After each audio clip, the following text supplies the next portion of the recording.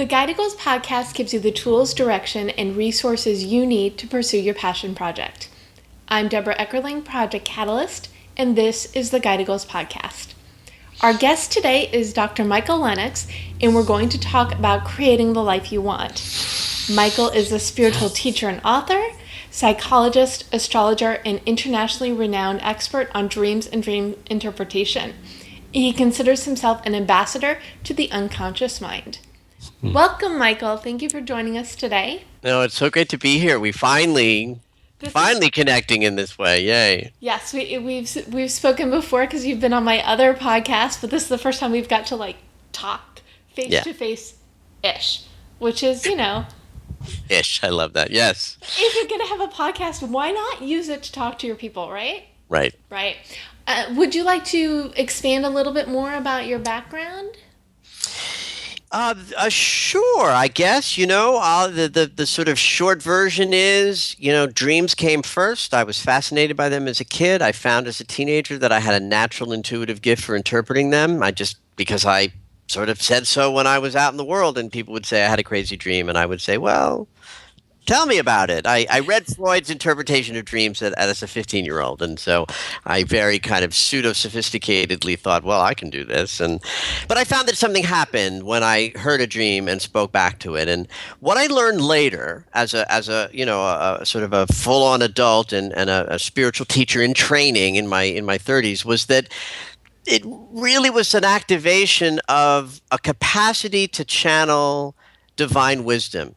That the images in dreams have meaning, but the meaning is based on the thing itself, what it is, what it does. There's no hidden, what does that mean? It's if I dream about losing my keys and my keys get me places and unlock mysteries, then losing my keys means I haven't got the capacity to unlock the doorways of my life. It's so everything in a dream is built right into the thing itself. And my capacity in dream work isn't that I know something that you all don't know. It's just that I can do it so fast that when I hear the dream, I kind of know exactly what the story behind the story is. And somehow that work led me to explore astrology. I think ultimately I became an astrologer because I'm so physically sensitive in a somatic way. We're hurtling through this space at 67,000 miles per hour. Yeah, life, it goes fast. It's just moving fast. The Earth is moving fast, and I feel a little carsick. So I became an astrologer to manage the energy of movement. I didn't know that at the time, but I know that now. And then it just seemed in my mid-30s it was time to just make a break with the first half of my life, become serious about being a teacher in the world. And I started getting, my grad school education and got a master's and a doctorate in psychology just to put the first half of the life down and pick up the second half of the life. And I teach people in those modalities and other spiritual modalities as well. And yes, I'm an ambassador to the unconscious mind, committed to helping people heal the war inside their own consciousness so that enough people on the planet will eventually heal those wars so that we can create peace out there in the external world. And that's my commitment. Wow.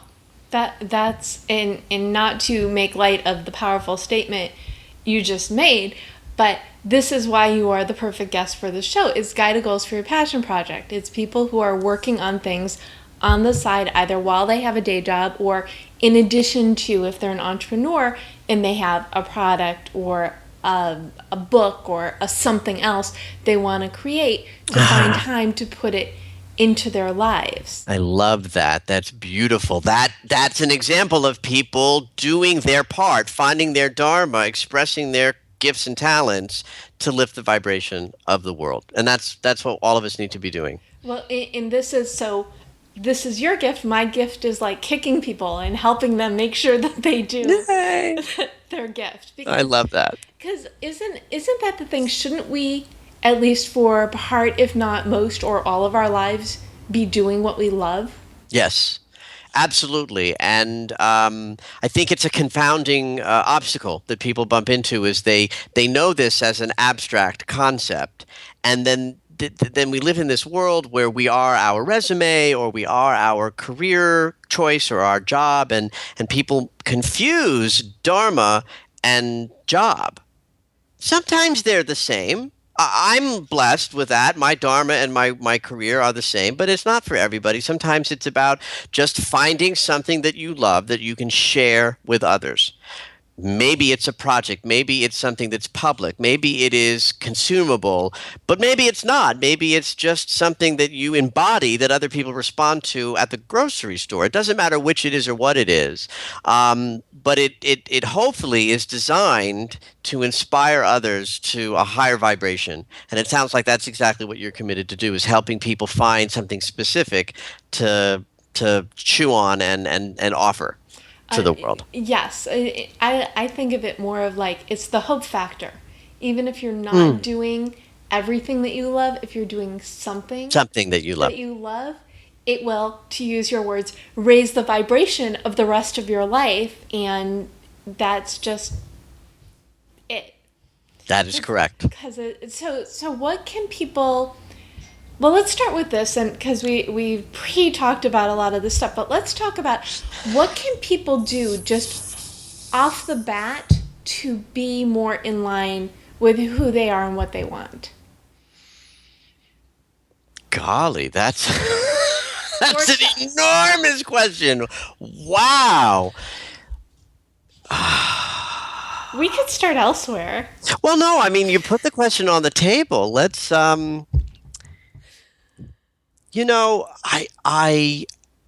I think that, since I am first and foremost, as a spiritual teacher, I dwell in astrology and I dwell in dream work. Let me first answer the question right there. Like, if you don't know where to start out there, then turn within, look within.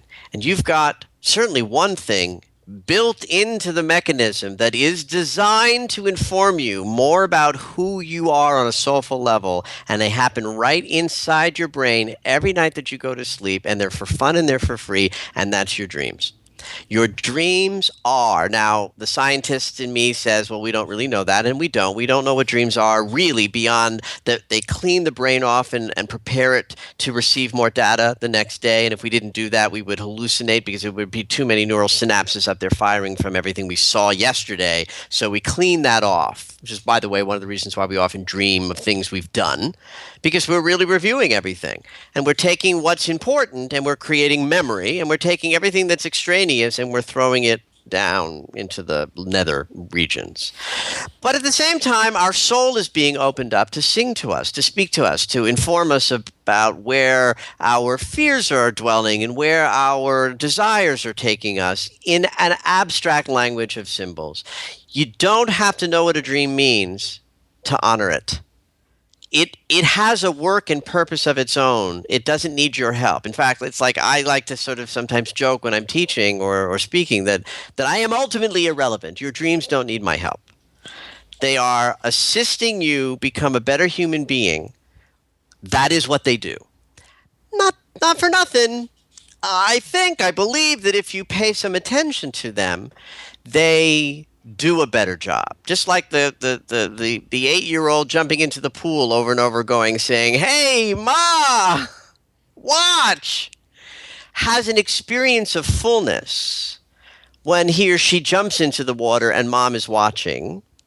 Our dreams are the same kind of thing. They have a fullness and an expansion energetically when we're paying attention to them.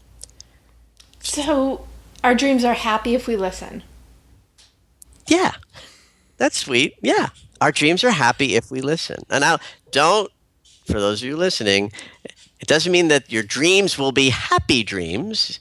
Your dreams may be happy that you're listening, and then they scare the living daylights out of you because that's the process that's going on, that there's a shadow exploration or there's an expression of fear or doubt being, embodied in the dream state. And so by paying attention, your dreams may get deeper, darker, richer, more vivid. But yes, I believe that their natural inclination to bring forth wisdom, to practice our humanity, increases when we pay attention to them. And it can be as simple as remembering them. It can be as simple as ruminating about them when you wake up. It can be more valuable to write them down and sort of record them in your conscious mind if you're able to remember them. Sharing them with others increases it even more. Spending some time thinking about what the meaning might be raises the vibration even higher. And I think the highest thing you could ever do with a dream to make it happiest, since we're staying in that language, is do something creative and abstract in response to it. Your unconscious mind is speaking to you through your dreams in an irrational language of symbols. If you want to speak back to your unconscious mind, speak back to it in something that is irrational and symbolic, like a drawing, like a poem, like a dance around the living room. And then you're in this dynamic conversation, conscious mind to unconscious mind, expressing itself more fully. And the temptation to say, well, I've got to know what this dream means it's a distraction. It can be fun and lovely, and I certainly do that for myself, and I do it for clients, and then I say, don't get too caught up with your dream interpretation experiencing, look like, as if you've just had a session with me, because it's not necessary. It's just, again, the dream is happy if you're paying attention to it. So should people be like programming their dreams if they're trying to figure something out, or should they just like nod at it and see what happens? Absolutely. Okay. I have come to rely on my dream experience. I call this petitioning dreams. That's one of the sort of standard terms for this act, which is before bed, say, hey, dream state, do you have anything to say to me about this situation? Is there any wisdom that I can get from you that will help me face this obstacle, conflict, relationship, challenge, decision? And then the dreams come through and inform. The frustration with this work is sometimes it's irrational and you can't feel clear about what you've been given, and then you just have to trust that your greater consciousness knows what was brought forward and just keep moving. And sometimes it's wildly clear. I mean, it is in my experience. I've got a lot of practice at this, obviously, but the level of clarity, it's like you couldn't write this. Like in a writer's room, if I said, oh, how about this problem in this dream? They'd be like, oh, that's too on the nose. That's too obvious. Be like, yeah. So sometimes they're obvious, so just because they're obvious doesn't mean they're not right. No, I find them very satisfying when I ask the question and the dream that comes in is very obvious, then I feel, oh, okay, got it. Whatever you wanted to tell me, I think it's landed. I think I understand what you being my greater consciousness, want me to know. So yeah, so there we have the dream landscape, and just being with your dreams as one way of increasing your inner landscape sense of self and purpose. And hey, if anybody's listening to this is sort of feeling like they're floating around in I'm not really sure what my purpose is, or I'm not really sure what I love, or how to turn what I love into a thing to do, ask your dreams to answer this very question. You never know how you may be guided in a very literal way by what comes.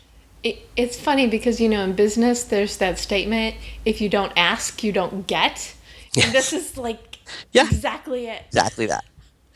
Exactly that. And what are the things people can do during the day also to hone in on what they need to be doing?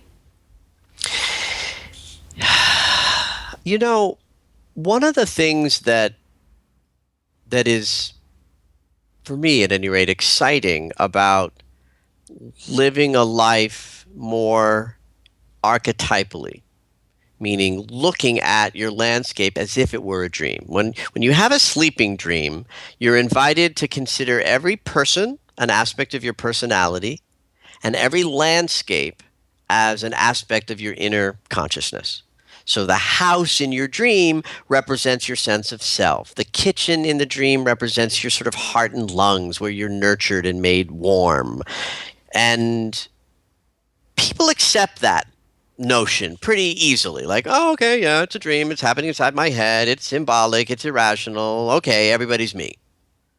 I'm having a dream about my ex, but I get that my ex isn't in the room. So that X must be an aspect of my personality. Okay, I can accept that. You can live your life in the very same way. what does what's happening in my life reflect about my consciousness? I believe that everything that happens to us, everything that we draw into us, everything that we see, every person that we interact with is an expression of our consciousness.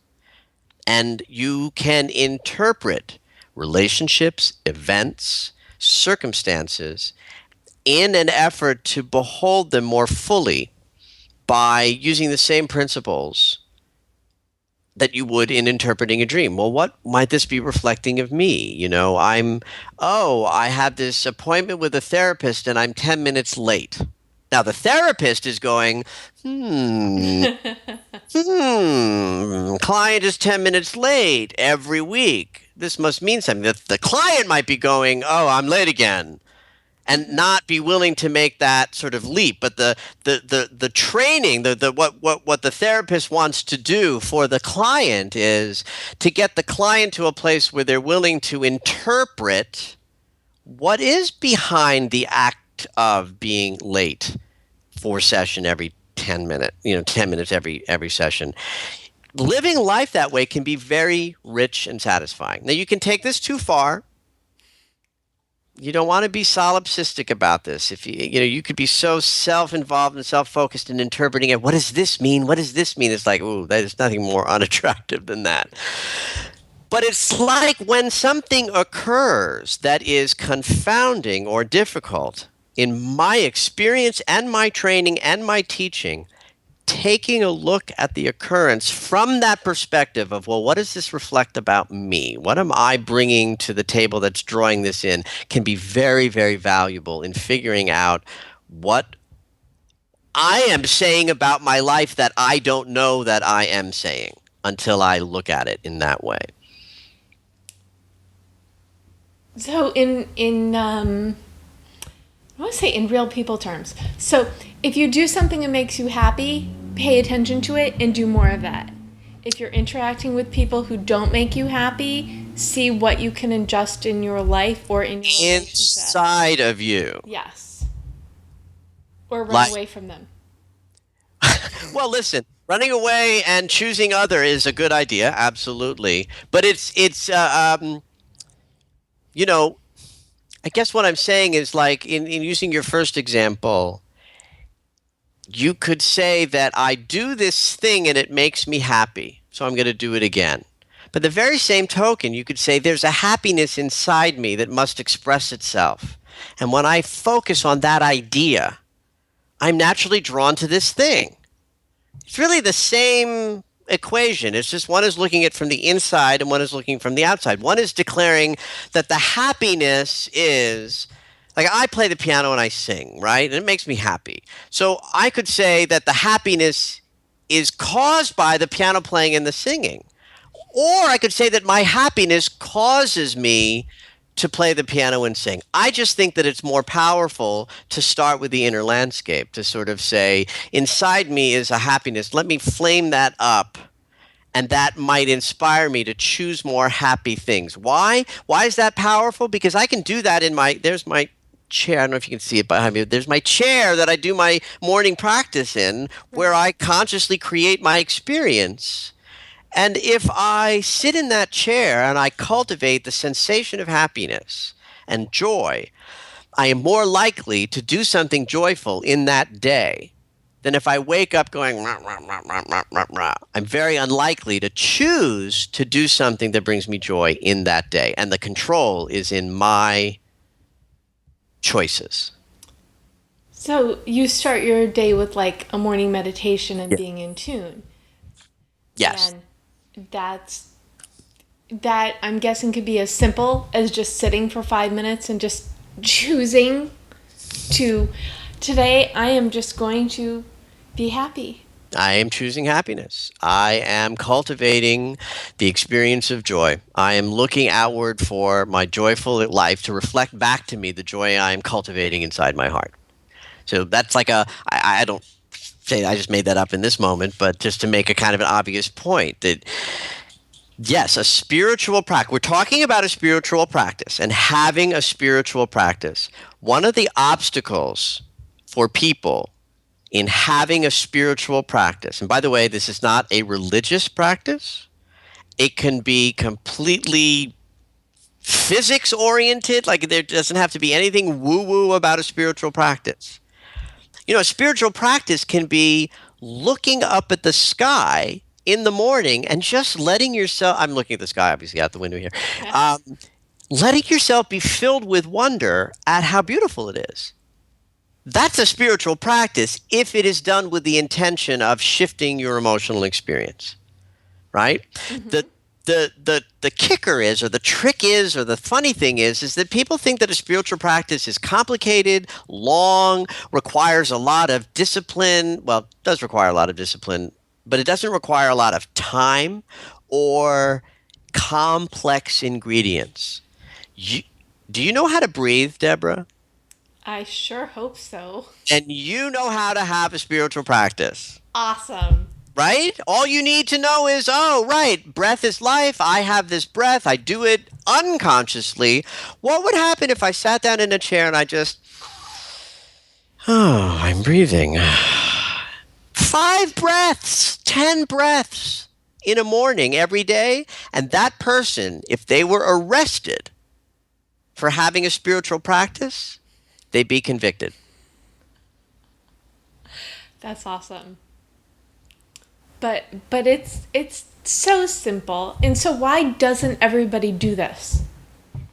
God, let me see if I can put more double and triple negatives in Right, there. right, right. I love that question. But I got the question because I am one of those people who stumbled with this, for decades before I landed in the place where I was ready, willing, and able. Let me say one thing about that.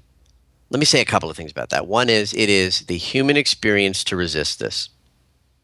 We are trained to look out there for our satisfaction and our happiness.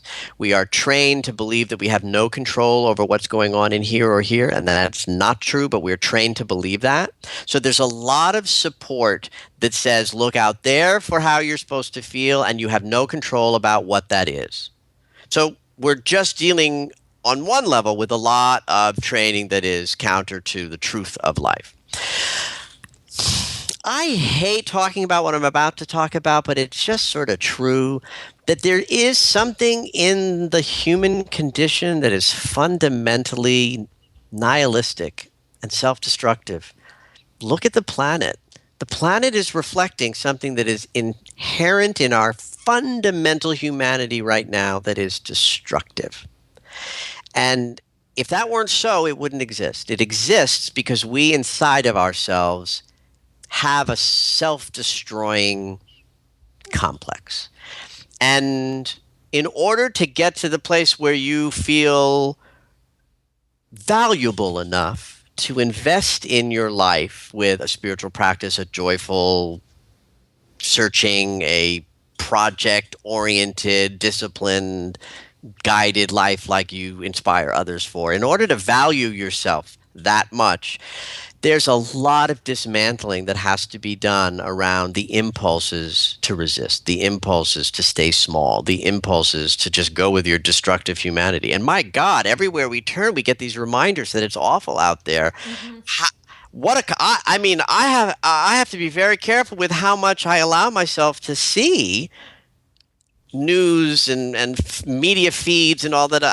And just enough to know what's going on because I can't do what I do without knowing what's going on in the world. There are spiritual teachers who can, but I'm just not vibrating that high. I mean, I'm just not that guy. I'm one of the bozos on the bus. So I need to know just enough to have a conversation about what's going on, but not so much that I get saturated in the reminders that it's awful out there. Mm-hmm. So I think that gets in the way of an individual's experience of trying to cultivate, I value myself enough to sit down and spend the 4 or 5 minutes. This shows up everywhere too, Deborah. This isn't just spiritual practice. This is, eating well. This is going to the gym, exercising. We all bump up against resistance for a long time, and it takes an enormous amount of discipline to bust through those things. And, your initial question was why? The bottom line answer is I have no idea. I don't know why, but I do know it's so, and I do know that it's bustable. It's changeable. But it takes great tenacity. It's a Herculean prospect to bust through those resistances. Well worth it, by the way. Little bit at a time, and you keep on Yeah. busting through. Yeah. I love that you said a little bit of it at a time, because it's one of the things I really try to emphasize with a lot of people. Start small. Don't think you got to be doing the sort of lofty, staring at your navel, but I don't want to get, snotty. But, you don't teach a dog to sit and stay by leaving town. You teach a dog to sit and stay and walking 3 feet away. And so you don't teach yourself to have discipline with a spiritual practice by saying, I've got to meditate for 20 minutes. Well, what if you can meditate for 20 minutes? You will never meditate. Like, that's a setup for failure. But I'll bet you could do it for 3. This is exactly because the way that I coach or train people is, even if you have 15 minutes a day to work on your passion project, and That's right. you don't even have to do it every single day, but a few Right. days a week. By the end of the week, you'll have more than you had when you started, right? That's right. That is right. What recommendations do you have for work-life balance? And how do you maintain it, even though you're probably more balanced than most people? I think one of the things that's really important is to really find your own recipe. I struggled a lot with my writing initially. Like, the first book that I had published took me 6 years to write, and it is not a 6-year book. And I didn't have a day job. I just couldn't attend to it with any kind of discipline. And now I sometimes type so fast when I'm writing that, I've had people comment, that I'm going to break something. But one of the things that was important for me was to find what worked for me and try a lot of approaches. And I think that's crucial, is to it's a setup to think that someone else's answer is the right answer if it's not the one for you. Because that will just bring you right back to, I can't do it. So it's like, for instance, the passion project, a couple of minutes a day. So if that couple of minutes could only be in the morning, the person who has trouble waking up in the morning is always going to fail. Right. Maybe that 15 minutes is only at night for that person, or maybe it's in 3-minute increments. I come from a family with ADHD, serious diagnosable ADHD. I don't have it at that level, but that is my general way of being. Is there's very little that I can do outside of a client session, workshop, retreat, something where I'm really focused on channeling wisdom. I can barely do anything for more than 10 minutes at a time, ever. Period. That was why that book took me 6 years. Because what I've cultivated is, for me, it works to write for 10 minutes and go do something else, and then come back and then go do something else, and then come back and then go do something else. So I think that your individual rhythm is something to honor. So to try different structures about when to find your time to devote. And I think we've said this, but it's worth repeating. Start small. And I hate to use this word, but I'm going to use it anyway. You could do it. It's okay. Pray. Okay. Use the mind to declare what you desire. The mind is the part of you that's telling you can't. So you might as well start there. And tell it you can. And tell it you can. And better than telling it that you can, I'll give 2 sort of words in there. So I use the word prayer. It's a word that works for me. It is no different than saying using affirmations. Right. Same thing, as far as I'm concerned. In fact, one of the challenges, I think, with modern spirituality is words like God and pray have been used so long to describe something that I'm not talking about, but they're good words. So using the mind effectively to shift and change your experience by going to the source where you're saying no and reframe that no into a yes. And better to say, I am in the process of, or I am willing to, than say I am. So, like if you say, I am, I will write successfully today. If there's a voice in your unconscious mind that's saying no, conversation's over. I will write today. No, you won't. Conversation done. Ah, Let's move on, right? let's move on. But say this, I am willing to write today. Then the unconscious mind goes, huh? You're tricking it. That's new information. What does that mean? I am willing to. Then there's an opening. I am in the process of opening myself up to joyful experiences doing something that I love. I am open to the possibility of finding the joyful activities that I love to come and make themselves known to me. It's this language of I'm in the process, I am willing, that subjugates the unconscious mind's absolute no, because it cannot contend with that kind of open-ended language. It has to stop and go, okay, all right, I'm on to something else because I can't say no to that. That's great. This leads into, which should be like the first goal, and it's personal, professional, but I think these are both going to be like goals because what we're talking about is they're in tune with one another, is to either use one of your affirmations or come up with something that's appropriate and start doing it every day. Even if, That's right. What is the rule? You're supposed to say it a certain number of times a day or just once? That's a great question.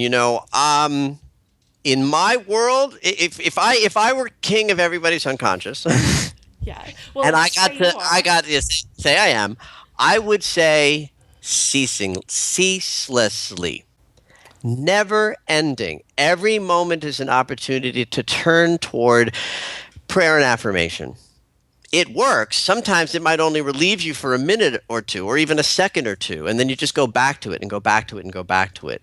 That kind of discipline will create an outrageously masterful life and will lead you in the direction of finding the joyful, loving projects and funneling your energy and life force into them with grace and ease and discipline.